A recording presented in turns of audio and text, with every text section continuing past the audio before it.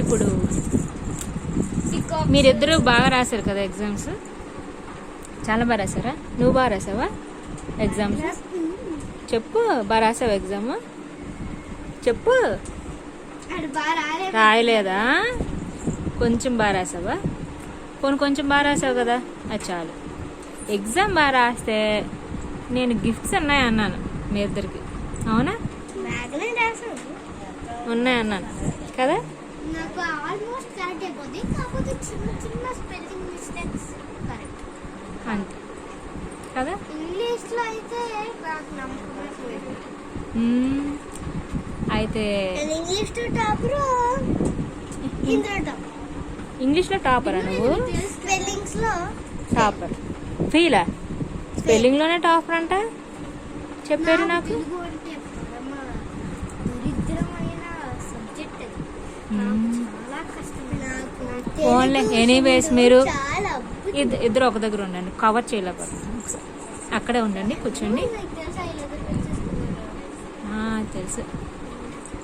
అయితే ఇప్పుడు ఎగ్జామ్స్ అది రాసేసి వస్తే ఇది చూడండి, నేను చెప్పేది ఏనంటరా.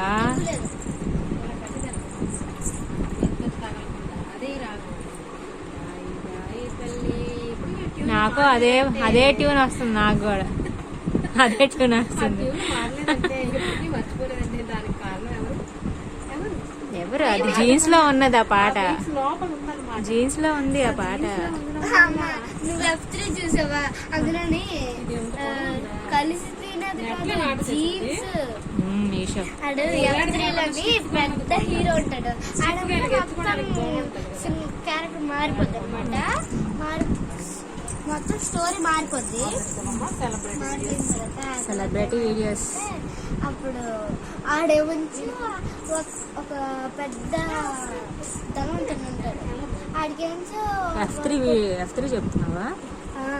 కానీ కాసేపు అయ్యాక చెప్తున్నాను. చిన్న సీన్ జీన్స్ అనేది నాకు గుర్తుకొచ్చింది.